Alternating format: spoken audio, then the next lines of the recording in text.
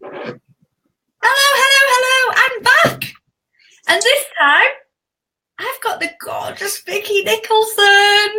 We've got Vicki with an I, and then you're followed by Vicki with a Y. Vicki with an I, followed by Vicki with a Y. I actually should have called my business that, Vicki with an I.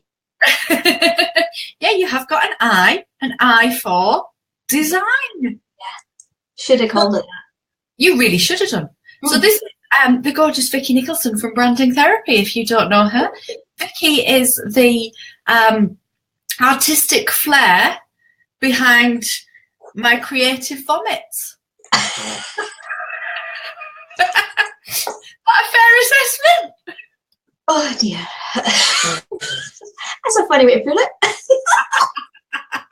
She takes things out of my head and makes them beautiful. Don't you, darling? Yeah, but to be honest with you, you've got absolutely heaps and heaps and heaps of ideas. That some of them, I'm like, this is amazing.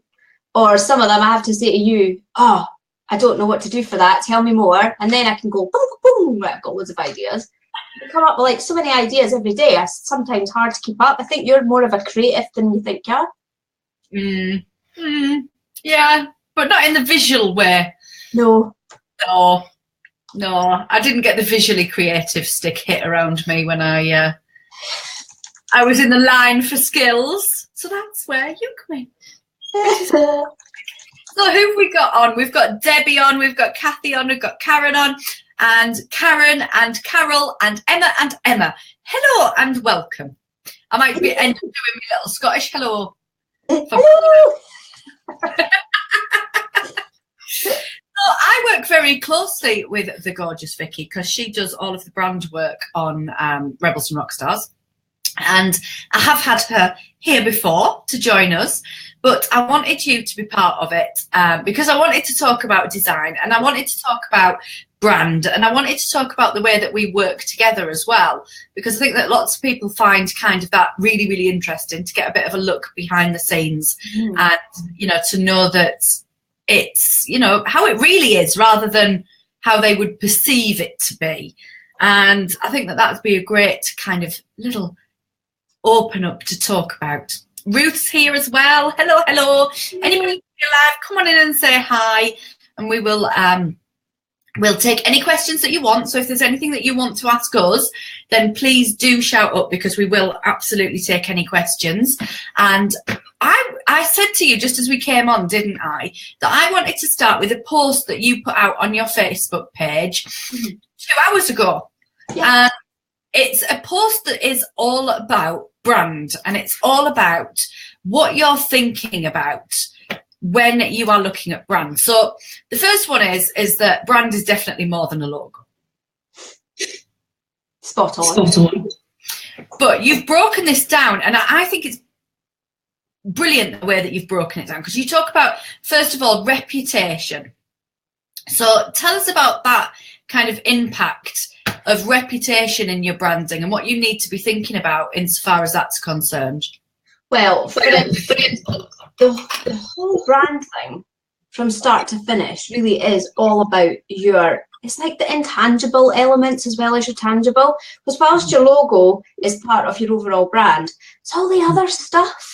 So it's how you interact. So I want to take yourself as an example, right? Whenever you speak to anybody, they're like, my God, that woman is so on the ball. Where does she get all her ideas from? How does she keep up? She's so interactive. She's always answering people. That's reputation. That is what people say. Whenever I do my questionnaires with my one-to-one clients, the first thing they always say is, and I would say 95% of them say, who do you admire as a brand? And they say Emma Holmes, because she is proactive, active in groups, answers people's questions, and breaks things down, practical. All those things, although you are a human being and you are a physical, tangible person, all those elements are pretty tangible, are intangible, sorry. So it's about that. It's about being there for people, answering people's questions, being on the ball. So it's so much more.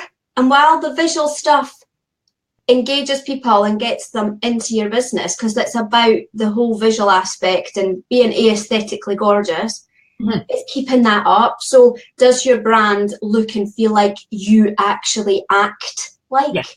That's what it's about. That's it in a nutshell, basically. It's a bit like that Maya Angelou quote, isn't it? It's, you know, people will forget this, that, and the other, but they won't forget how you made them feel. Yeah. And I suppose the essence of that is how you've made people feel as a result of them interacting with you or buying from you or whatever it might be. Yeah, absolutely. And that's the thing, because you can inject your personality into how you type as well. Like, depending on the words you use and depending how funny you are or how serious or how calm, how cool you are, and it all comes across depending on what type of person and just the way you talk to people and how you engage. If you're a bit angsty and arsey with people when you reply, people go, she's got a right bag on today. And you can tell the people who do that, if they're having a bad day, it's like, whoa, you need to step away for that. But I know that you are consistently good, up there, joyful, happy, engaging, practical, offering advice and being there for people when they need them. That is what it's all about. So that's kind of the flow of it's the way that you've made people feel and it's how you've connected with them. How do you bring that together into, you know, when you're looking at your brand as a whole, is that about the warmth and the wholeness of the brand?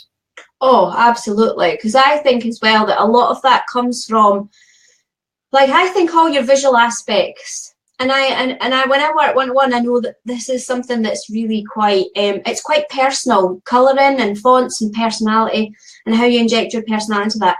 But I know that you can align colours and your font and your colour psychology and all your imagery with who you are as a person and your core beliefs and your values. Which is the next one. So don't let that one yet. But you can align those two together so it looks like you on the outside to then engage your customers so that you then can then push all of that, all of you and all your inner beliefs and your core values and the way you talk and the way you type and all that good stuff into that. Cool. It's about alignment, really. Yeah, totally.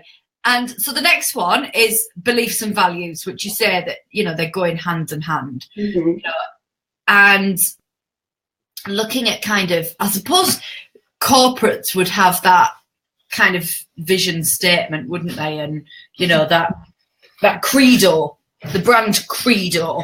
Yeah. And how would you bring that into the brand? Well, whenever you talk about, like, you know, for instance, you talk about being practical or you want to be helpful, but you also want to be exciting and engaging and like all the things that you probably are already. Like, I think the person that you are go hand in hand with your actual business beliefs, because what you'll do and all your values, and that sounds like such a big thing. I actually think that the thing that is probably most prominent is the people who have really deep set beliefs, core values, and love, like it really connecting with people. That comes across. Like it really does start to flow into your business. The two are not separate. You're not separated from your business or your brand. I mean, you can see that with some of the bigger people. So if you think about Richard Branson, have you seen the adverts for his like business? Some of them are absolutely hysterical. And that's for every single touch point. But he's like that too. He's quite quirky and funny. And that comes across. Yeah, absolutely. Yeah. So the next one is personality, which I suppose is part of what we've already said there, is that, you know, part of you injecting you into it, you being part of it. Do you think that people find that really, really difficult? Yeah, but I think that's something more to do with inner belief than anything else. I think a lot of people really hold back from themselves and their brand. Especially for somebody like myself, maybe, right? So this is a good example, because whenever I first started out, I came from a corporate background and it was the most stuffy up your backside business I ever worked with in all your life, and it was so boring and I just didn't fit in at all, and I just knew it wasn't for me. But I was so corporate-y that had been there for too long that you end up getting into that spiel. How to then just take a back seat and find your own flow, the way you write and how you do business and injecting yourself into it. And you know what? It's through your video and your, you know, all your selfies and whatever else, then you start to really shine through, and that's whenever you just need to be you. And you know how you say you need to get over yourself a little bit? It's totally true. You do. You just have to get over yourself and just be yourself. Totally. Brand recognition. Yes, that builds up over time, big time. So like people seem to think that, oh, I'm going to launch a brand, I'm going to make loads of money straight away and it's going to be an instant success. And I know from even personal experience that is not the case.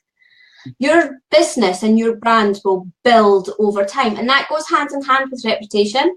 So those two go quite closely together because you will get lots of people who start recommending you. Like you're one of my biggest cheerleaders and you're always pushing me out there and recommending me to people.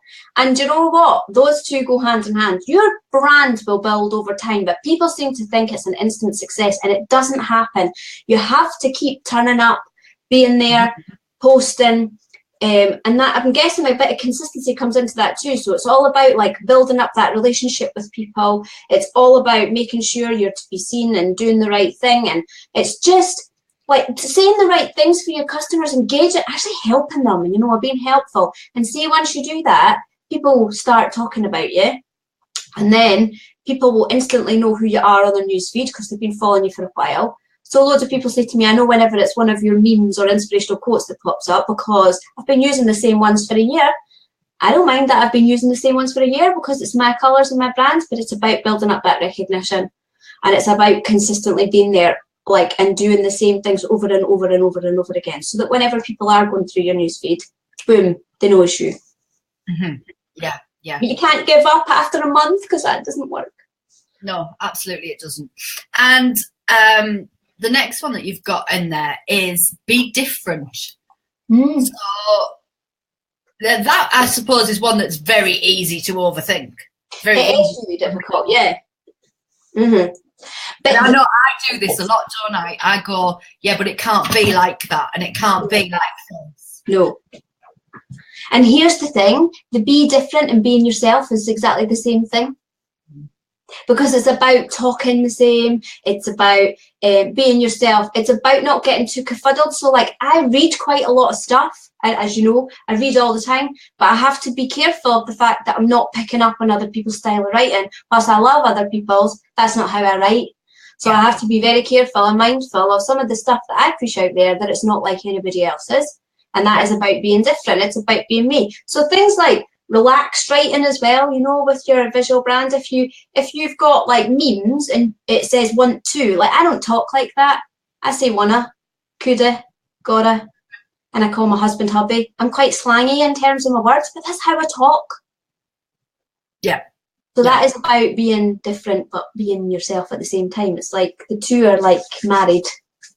Well, one thing that I always say is, you know, you can sit and watch me here, or we can go for a brew, and it's the same person. It's exactly the same person sat here as it is in a room full of people presenting, as it is on a one-to-one, as it is if we just went out for a coffee. Yeah, and I've met you for a coffee, so I know what that's like. It's the same. So yeah, I think that's kind of a good barometer, isn't it? Of, you know, are you being you? Well, be that, you know, because the last thing that you want to do. This was one that I got to with swearing a little bit.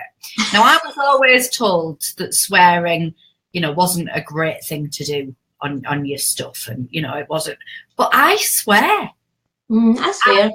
Can you imagine the mismatch in if I did everything very unsweary to you then working with me directly, and I was a little bit sweary? You know, there would be complete incongruence there, wouldn't there? I swear actually way too much. That's probably because I'm Scottish. And I'm going to blame my swearing on my Scottish grandma. So there you go. Let's play the Scottish thing. Let's blame all Scots. Yeah, what's the effing and jeffing? Timeless. Tell me about timeless. Well, here's the thing, because there's lots of other people who like Timeless is more to do with, I think, the visual sort of thing. So we're talking about how you look all the time. So, for instance, there's a lot of faddy looks and feels out there, you know, and when I talk about faddy stuff, I mean maybe the watercolour that's quite big at the moment, that might die a death, although it's been going along for quite a while. Massive swooshy, swirly fonts that I'm actually learning a hand letter at the moment as well. Those are really, like, on vogue at the moment. Yeah. The other thing is using metallics. So is that right or wrong? So it's up to you, because if you want to keep rebranding every 3-4 years, then that's absolutely fine. But if you want a brand that is going to last for ages, then think about what's not so faddy. Think about stuff that is now sort of more classic and will stand the test of time, rather than going with what is funky now. Funky, trendy. I wanted to say trendy as well. My mum says trendy. So it might be, you know, that you want something that is a bit more classic and that lasts a lifetime. So for instance, take your brand, right? You've got stars. And whilst we have tweaked and changed your brand a little bit, the colours have always stayed the same. They've not changed. Yeah. They've been like that now, what, for 2.5 years, 2 years? I haven't changed any colouring. But there's lots of people who chop and change a lot of things because they like to go for stuff that is maybe more in fashion right now or trend. So yeah, something that's maybe going to last longer, and that goes with things like classic fonts, classic colours. What you're saying, if you're going to be a shell suit, you're going to have to change. Is that what you're saying? Yes. What colour shell suit did you have? I had a Joe Bloggs one, and it was mint green and white, and it had graffiti right across the back. It said Joe Bloggs, and I was the bomb. With Reebok trainers that used to have a baseball cap for tongues. Do you remember them? I do. Oh, had a pair of them. Oh, I tell you, I was on flick. All over that. All over that. Don't know how we ended up on shell suits. Visual branding. So in this one, you talk about, you know, once you've got your kind of logo, kind of fitting it together. Like it's a bit like a jigsaw, isn't it? It is actually. Elements that need to come in and move around. And yeah, absolutely. And then they all do fit, because once you have them all, and I do this actually in my boot camp, once you've got them all separated, I do a jigsaw and bring them all together at the end and saying this is how they all fit together, because sometimes they crisscross each other. Yes. You know, it's not one thing or another, it's all of them together, but sometimes they're done at separate times. And whenever you align the inner, you, your person, your personality, your core beliefs, your values, who you are, how you write, how you talk, all that good stuff, how you align that then on the outside is when the visual stuff comes together. And that has a massive impact on other parts of your business, because it's about then getting your customers in, and then how you then talk to them, and then how you know, engage with them, and it's about the reputation part, and if people are referring you. So yeah, it's like a circle, it just goes round and round and round and round. And if you're looking kind of at your brand with fresh eyes for the first time, you know, right now, what would you say that you need to kind of look at? Where's your first point of call, first point of reference? First point of reference is always about alignment for me. So like the first thing I do is whenever if I do a discovery call with the customer and they're wanting a new brand because they say to me that it's not feeling quite right. They don't know what it is, but it's something. So I say, right, I want you to send me, or let's do it live, because I like to do it there and then. I like to do it literally on the hop so I can spot it. Yeah. And I've always found that what happens is that the Facebook page is not aligned with the Instagram feed. We're using multitudes of colours. We don't know what colours we're using. We don't even know what kind of imagery we're using. We don't even know what kind of feeling that we want to capture in our imagery. And then if we look at the website's normally not in alignment either. And there's no flow of colours. There's no consistency. So the first thing to do is look at Facebook, Twitter, your Instagram feed, Pinterest, and your website. What are all those areas saying? Do they all look and feel the same? Because if they don't, that's what's off, and people won't know who you are. And that comes back to brand recognition. But if you don't know who you are, then how are your customers ever going to understand who you are? Because that just doesn't align. No. And I think that, you know, you can, I suppose, the big thing that you're looking for is being able to go, you know, onto your phone and being able to go, right, you know, there's my Facebook page. Does that look and feel like my Instagram? Mm-hmm. Does that look and feel like my website? And I know we often talk about look and feel, don't we? Yeah, we talk about look and feel an awful lot. We sometimes do a little bit of a tweak to things depending on what your product or your service is, Emma, but we always come back to the core, which is standard look and feel, standardized color with your fonts. We've made a slight tweak with fonts and things, but it's always remained at the core of it. Look and feel has always been the main thing for us. Is this right? Are these photographs in alignment with who I am? Is this the correct thing to be doing? Do you like this? Is this punchy enough? We'll talk about standing out. You have a knockout brand, so we've chose great colours though to make that happen. And whereas before you were using a softer black, we're now using like a pure black to make it punchy. So it's about wanting you to look and feel right and consistent. Yeah. And I think that, we like you say, we've done a few tweaks here and there, but actually the overall brand has remained with a lot of its integrity. Yes. Being exactly the same. Mm-hmm. Absolutely. So if, you know, as I think we've got everybody talking about shell suits at the moment. I'll never forget my mum wouldn't buy me a pretty brand lilac shell suit, boring navy blue knockoff. Oh, you're taking me back to the whole shell suit thing. Carol says mine was pink. I'm in a shell suit. You love a good shell suit. So, you know, as you are looking at, you know, when you work with people one-to-one and you're looking at kind of capturing their personality, essentially in colours, in fonts, in feels, you know, how do you start that process? How does that start to come together? Well, I think everybody has something that they really don't like. That's key. The first thing they tell me is, I know I don't like. And I go, right, okay, then tell me more. Tell me everything. Tell me all the stuff you don't like, because it's easier to find the stuff that you don't like than the stuff that you actually do. So once we start to strip all that away, all the good stuff keeps coming out, because I'm like, right, well, let's talk about tones then. And they go, yeah, but I don't like how they do their website, because I know that this is what I want. And as soon as, so I was talking to a customer this morning, and they said, I'm not quite sure about this colouring. It's really not for me. And then when she started talking about what colour she did like, I was like, right, okay. So what you like is warmth, depth, you want connection. And they were like, yeah, that's absolutely what it is. So as soon as you start stripping away all the stuff that you don't want, this is when all the good stuff comes to the surface. So that's the first port of call. And that goes with fonts as well. Don't want scripty fonts, that's fine. Let's use something more classic and timeless, what we're going to do. But let's choose something that's maybe got a bit of a quirk, or something that's a bit different. So yeah, so that's all, that's really how we get to the core of it. How much time do you spend looking at fonts? Is this a confession? Yes.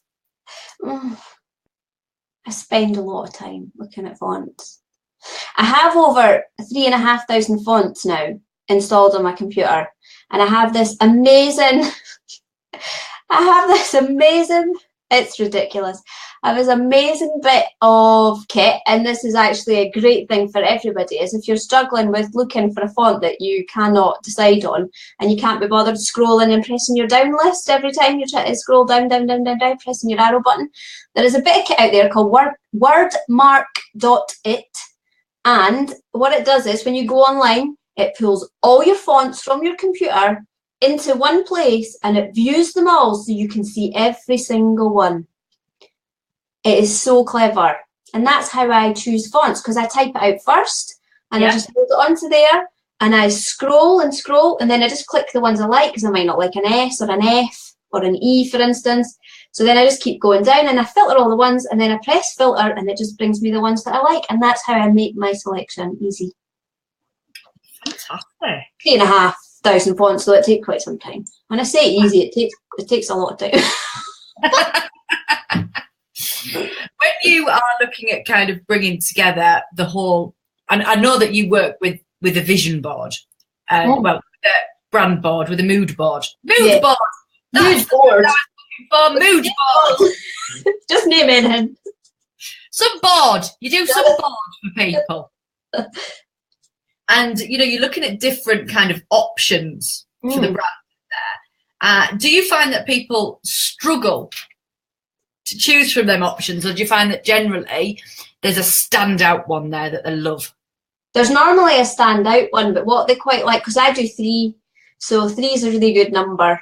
Because what happens is they normally go, I know that for a fact the number 1 is not for me. We'd love a blend of 2 and 3 though. Could we make that happen? And then once you start to do that and tweak those 2 to sort of come into alignment and do a bit of a sort of play around and then add new imagery in together to make the colour palette flow, that's when it starts to happen. But I think because I listen and I'm quite intuitive to what people say, like I record some of my calls so that I can go back and listen. I take heaps and heaps of notes. But I can generally pick up from people what it is that they get, what it is that they don't like and what they like. And sometimes, and I do this quite a lot because I like to push my customers, I do one that's totally outside the comfort zone. I don't like red. Okay then, so I do a red one and they'll come back and go, oh my gosh, that board with the red on, that's the one I want. Because without actually seeing it, you don't know. And sometimes I like to just go off. And I have had a number of clients come back and say, I like the one that I said I didn't want. It's a little bit like, I suppose we get the whole, we can't have that colour because that colour means that. It's a little bit like naming a child. You know, we can't have that name because they've got that name, or, you know, I knew someone I went to school with that had that name, and, you know, you've got like a negative attachment to immediately. Yeah. That probably works the same with colour, does it? Yeah, absolutely. And I also think as well that sometimes people say, oh, such and such is in the same field as me and I really can't have the same colours as them. And I'm like, that's how you do it. It's not anything to do with, even if your colours are the same, makes absolutely no difference, because it's how you're going to run your business and how you're going to stand out. And will make you look totally different ever. You're not going to look the same as them, ever. You're going to have different imagery. You're going to make it come to life by injecting yourself all over your brand. Crikey, I've got a pink brand. How many people have got pink brands? Yeah, absolutely. But people can still recognise which ones are yours. Yeah. Because pink. It ain't what you do, it's the way that you do it. Today, what you do, the way that you do it. That's what it's about. Totally, totally. So, is there any brands that you absolutely, completely, totally, and utterly adore? Yeah, there's one. What was that? Yeah, your brand crushes. My biggest brand crush. Well, there's 2. My biggest one has to be Beauty in the Boutique. I absolutely adore her stuff. And my second one is Not Another Salon. Right. And I don't know if anybody knows who they are, but Beauty in the Boutique, she was a beauty blogger, and then she was a makeup artist, and then she started up selling her own stuff, and she had a great blog. She's all over her business page, she's all over her website. She's amazing at blogging, and she's great at doing like really simple breakdown of what the product's going to do. She's an incredible inspiration. And Not Another Salon is a girl, I think it's Carnaby Street in London, and they've got a salon, and it's all it's the people who do all the rainbow hair colour. They sort of like flagship that. Yeah, it's amazing. Absolutely incredible. So yeah, just 2 standout knockout people who stand out from everybody else and do things a completely different way. But inject themselves into it all the time. Not Another Salon is just incredible. I'm on there now.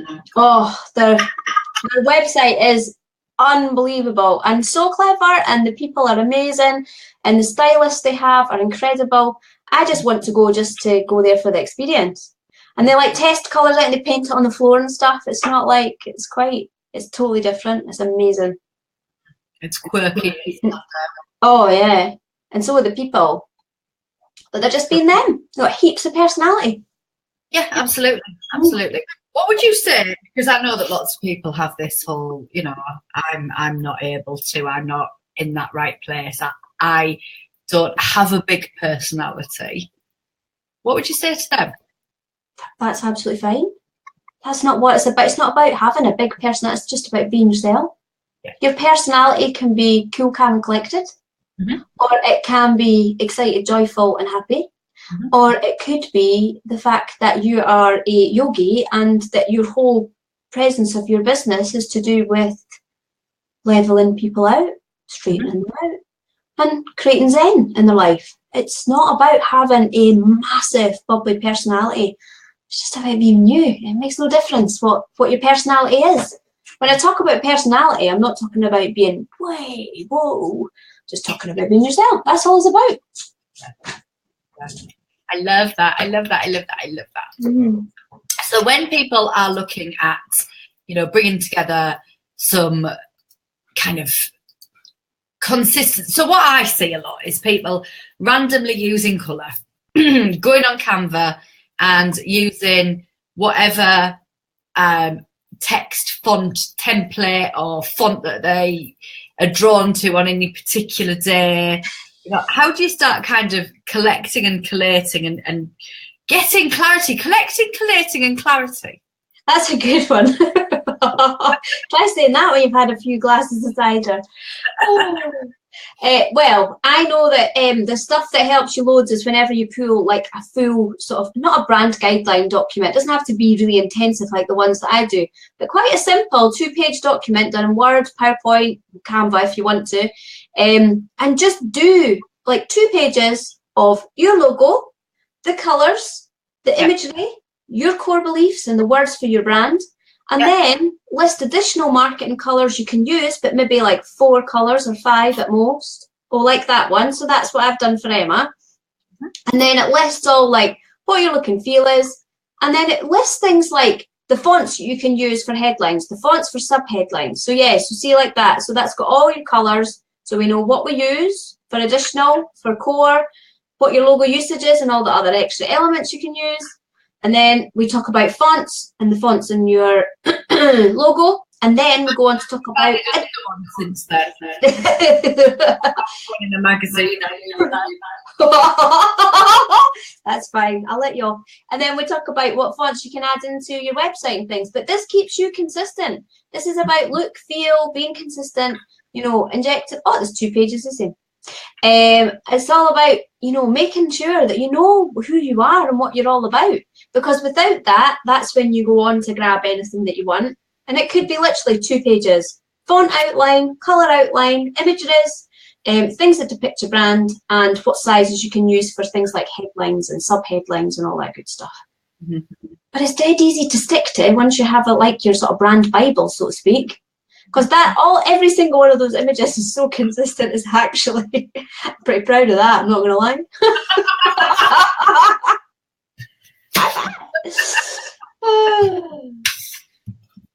But I suppose a lot of it is get your hands on it as well.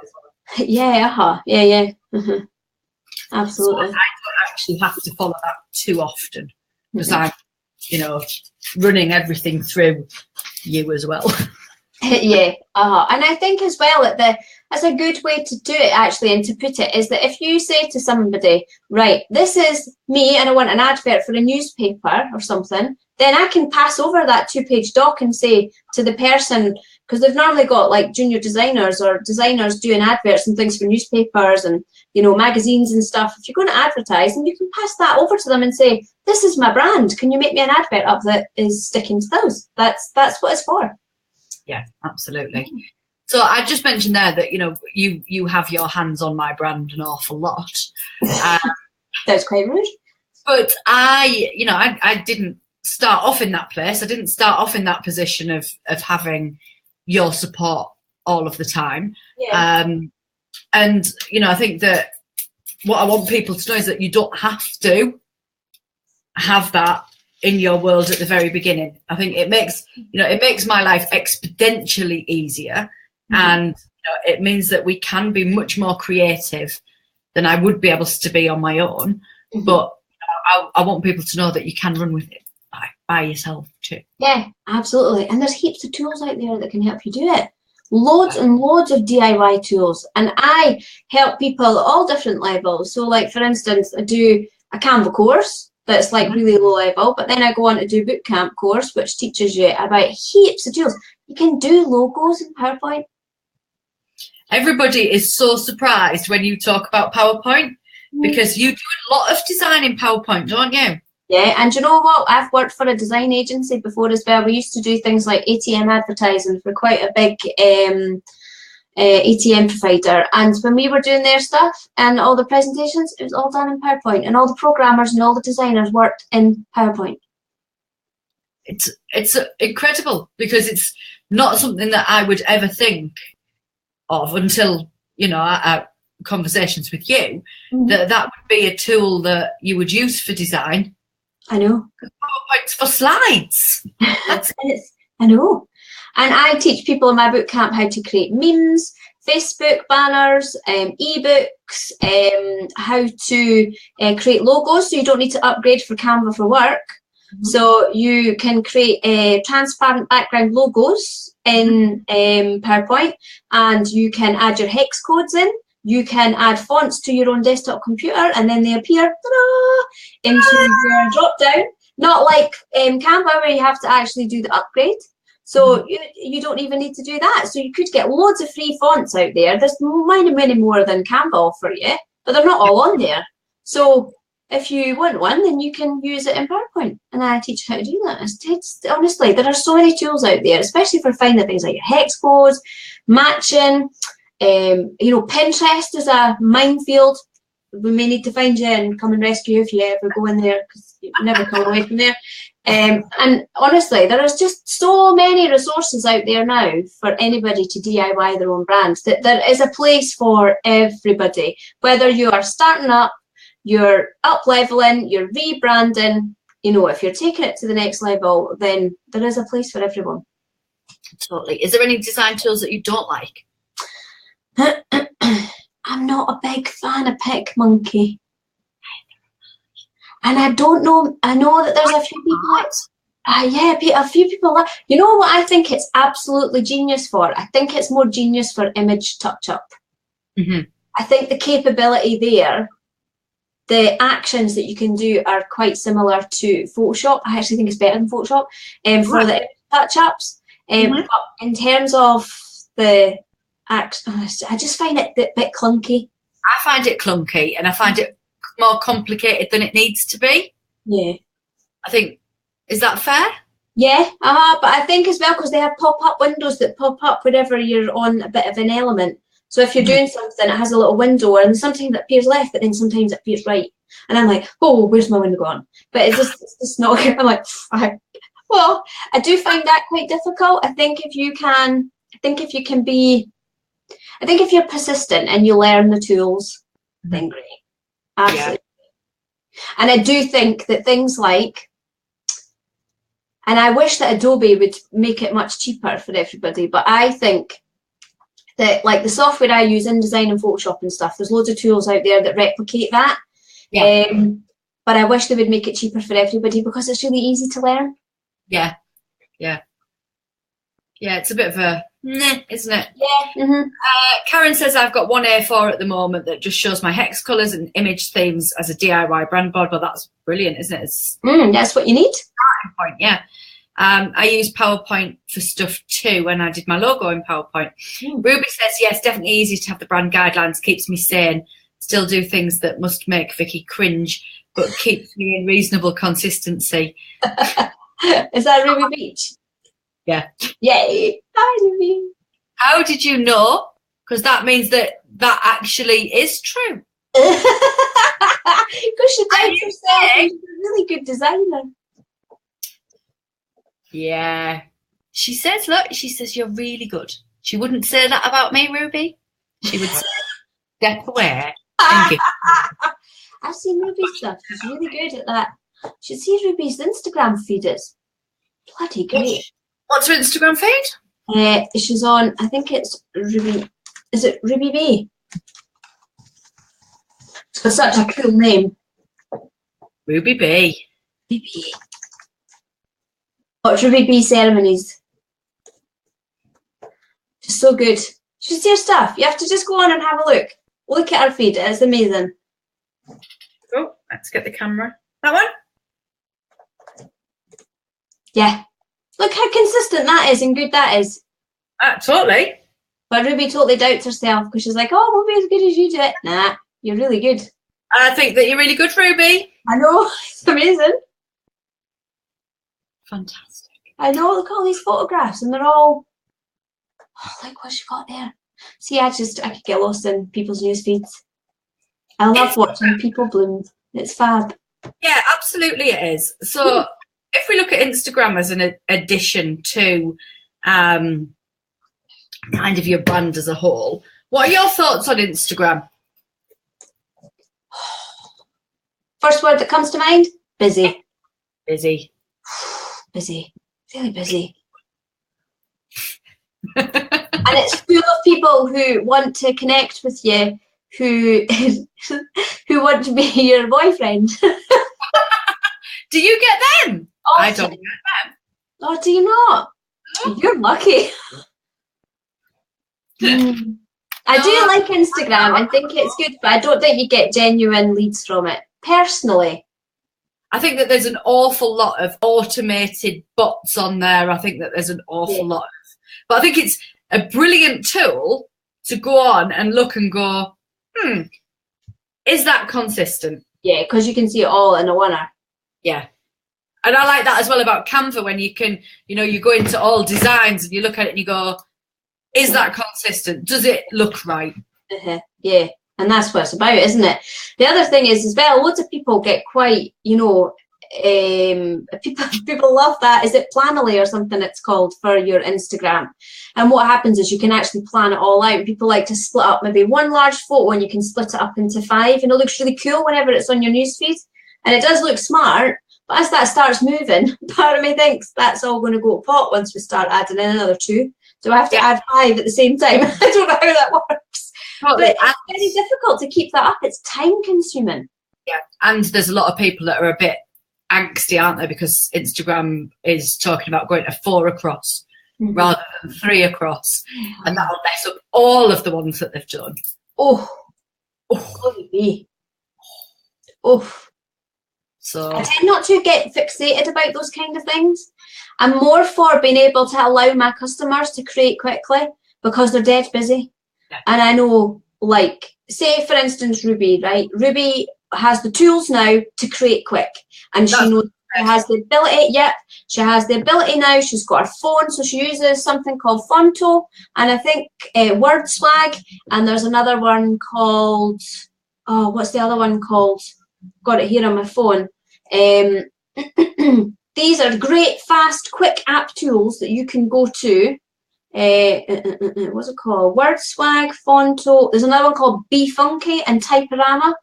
And what I have my girls do is that they install Dropbox to their phone, and then they can save their memes to their camera roll, and then they can go into these apps and upload a full meme, and all they need to do is overtype on the app.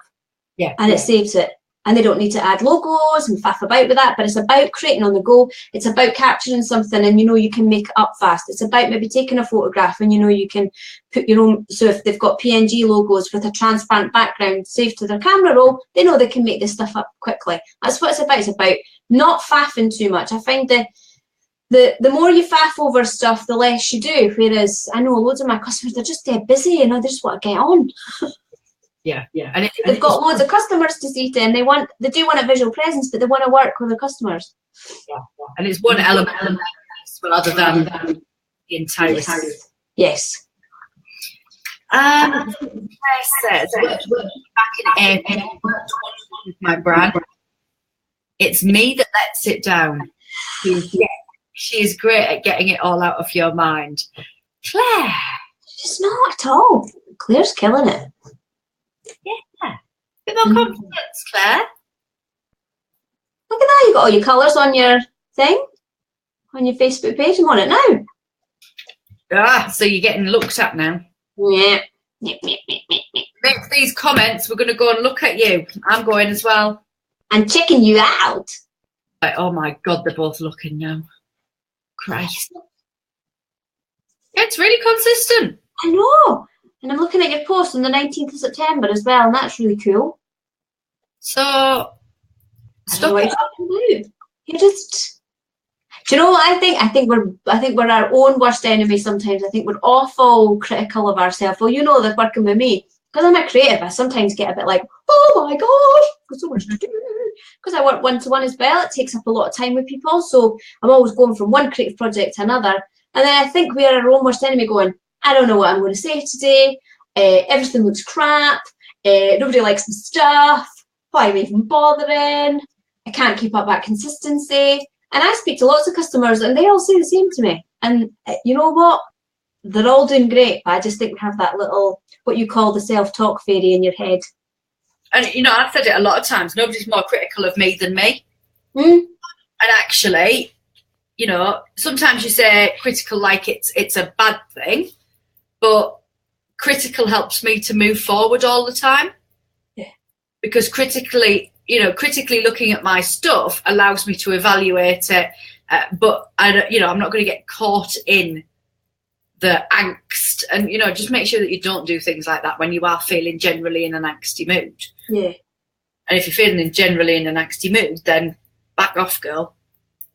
Well, friends. That's not what you said to me the other week there. I think I've got a quote from Emma and I'm going to share this with you. Hope people don't mind swearing. I can't remember what it was you said in exact, but I've written it down because I'm going to make it a meme. As quoted by Emma, here we go. This quote of it could be anything. No. Absolute belter, but one to remember forever and ever. Amen.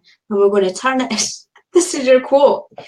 If you're feeling funky, fuck off and don't do anything.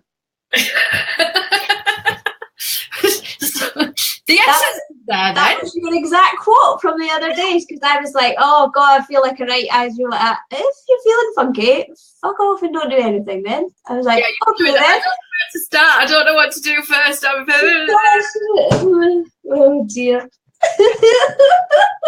Well, what you say? Yeah, don't do it. Fuck off and don't do anything, okay? You're all and I was like, okay then, I'm going to go now and just not do anything. Lisa says I'm a bit slapdash with my brand. It's for kids, so I figure that they wouldn't notice. It stops my OCD. I love PowerPoint. I worked at British Gas in marketing for years, and we loved a deck of slides. I hated it, but I realise now why the universe wanted me to be a PowerPoint monkey. Not talk to me about British Gas. Or N-Power. Or utilities generally that have been the bane of my life for forever. Anyhow, so working together. Put any questions that you've got in, because we've got about 10 minutes left.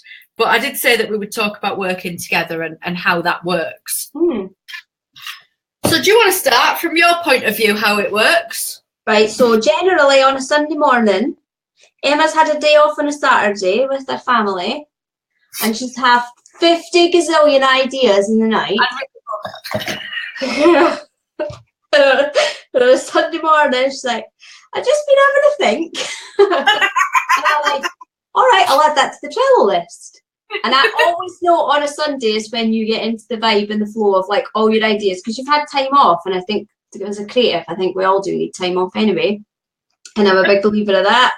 And I get loads of ideas through, and then Emma will literally give me like, you'll probably give me a couple of things to go on, and you'll say, right, I want this, I want that, I want this, I want that, and I want that, and I want this, and I want that. And I'm like, right, that's fine. And then whenever I just put it in a Trello board, so I've got like my own dedicated Trello board just for Rebels and Rockstars, and I add it all in. And then as we go, we set timelines for stuff. And we have like probably one call every 2 weeks probably about your design stuff. But generally it's all added to Trello. So for instance, there's one here, biz cards. That's it. But then what I do is I go away and I find different stuff, because I know that Emma likes different. So we're looking at... Are you going to show everyone? So look, this is all the cool stuff. So we're looking at different types of cards for Emma, because Emma's not your standard chick. So we're looking at Perspex cards. And but they're like done with like beautiful foil. Look at that. Whoa, it's all shiny and gorgeous. So we're looking at doing that, or we're looking at doing like metallic foil. So I go away and I speak to all these people and I just coordinate stuff and then make magic happen. And that's generally how it happens. So I have a brain fart and she makes it happen. But then we work together because it's about like, if you don't like something and it doesn't feel like it floats your boat, or if you get a general feeling for, nah, that's not going to work. And then I think like even when we were doing things like your book cover and stuff, you know, it was, I'm not really sure about that. I think we'd better maybe with this provider, and when you were working with Michelle as well. So it's about just getting it right for everybody to be able to work together. And the other thing is as well is that there is a lot of hand holding, because there's a lot of stuff that you do that I've never done before, like books, for instance. I've never done a book cover before. I've now done 2. So I'm on my way to do another one today for somebody else. And then I've got somebody else.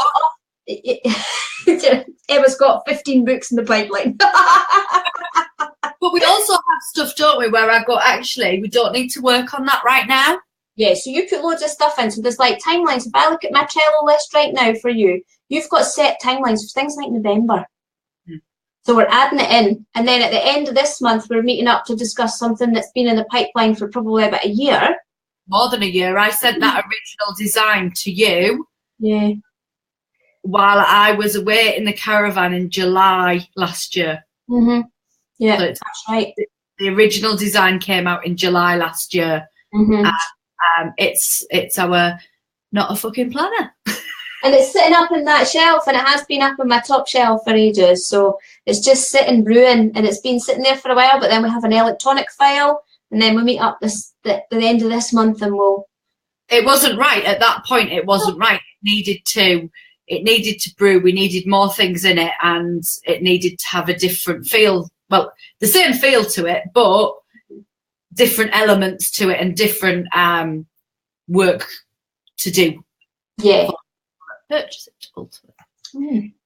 Claire says, Canva, do you recommend work? I love Canva for work because it makes my life easy. I don't know, generally day to day, do you recommend it? Day to day, I think it's amazing if you want to be in control of your brand and to be able to add in loads of different elements. So for Claire, for instance, you might have several clients who all need you to do the brand. As a VA, it's kind of pretty much expected and a given now that you know about branding and that you pull people's brands together and that you create content quickly. Because I know that whenever I've, like some of the girls in my boot camp, whenever they're talking to me, some of them are VAs and they need to know what a transparent logo is and what kind of file that is and what it needs to be. How can I convert a logo that has a white background into one that has a transparent background? What kind of types there have to be? So I know you have to know a lot of this stuff. That is what it's genius for. Yes. And you can set up subfolders for each client and each client work, and then you can have them in the color section. You can add every folder can be a different one. So at the top it could be your brand, and then you can have like you can add hundreds of color palettes. Like you might have like client A, client B, client C, and each one of them has their own brand. Yeah, genius for that. Yeah, then you don't have to be scratching about for hex codes and stuff all of the time. And that's how it works for me, is that, you know, I don't have to add in my hex code. I pick my pink, I pick my green, I pick my blue, and just by one click, I pick my font with one click. I don't have to go searching for it. Oh, and no. Makes life so much easier for me.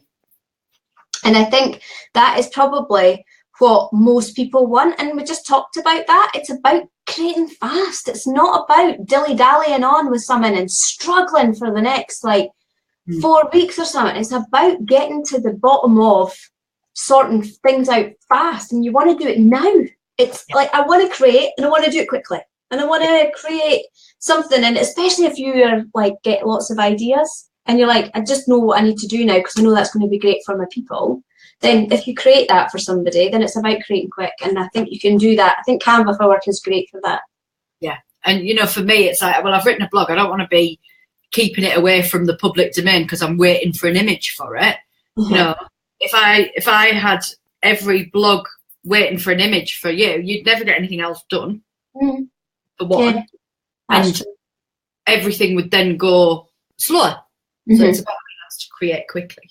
Absolutely. I think Canva have just done an update actually, because I went in the other day there and they'd moved everything about. And when I looked, you got yourself in a bit of a knickers and you're not about that, didn't you? Do you know what annoys me? Go on, tell us.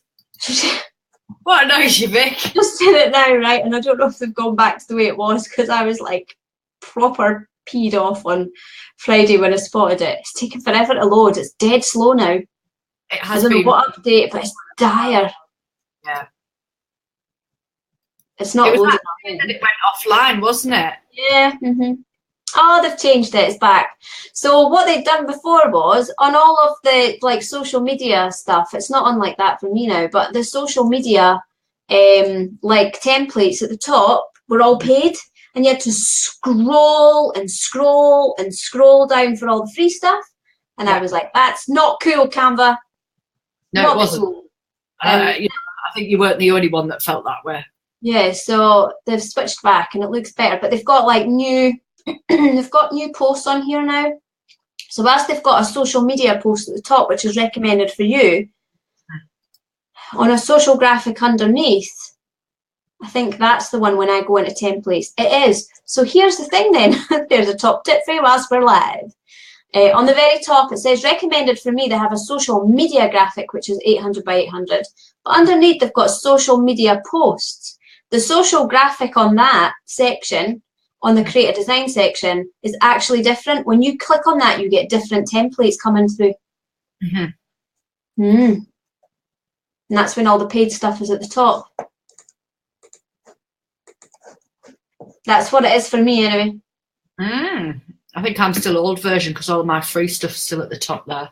Yeah. But that's probably because I haven't reloaded it since the weekend. So, there we go. Right. Does anybody want to ask us anything else? We've got 2 minutes. Anything at all? Claire says, yes, my Canva gives me a headache. It's full of stuff and client bits. I spent an hour or so before I went on holiday just putting everything into folders again. And then Sarah periodically goes in and sorts me out into folders and things. Yeah. You can fold it all up, can't you?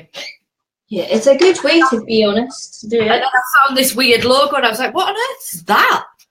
Where's that come from? And I forgot you'd been in. I don't know what file to put that in. Just delete it. Cool. So I think that we're all good, are we? We all good? Are we all fine and dandy? Thank you so much for joining me this afternoon. It has been fantastic. It's been a quick hour. Hasn't it? Well, I'm ready to go into number 5. Oh dear. So I'm with Vicki with a Y next. Yep. Stanton Success Coach. We will probably be talking about planning. We'll probably be talking about networking, and we'll probably be talking about lots more in between. So I'm gonna sign out this one like I've signed out all of the others. I'm gonna go for a wee and get another cuppa. All right, and I'll be back at around 2:30. But thank you so much, Vicki, for joining us. Thank you. Lovely.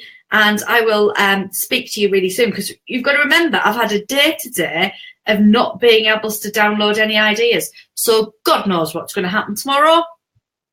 Be prepared. Buy your beds.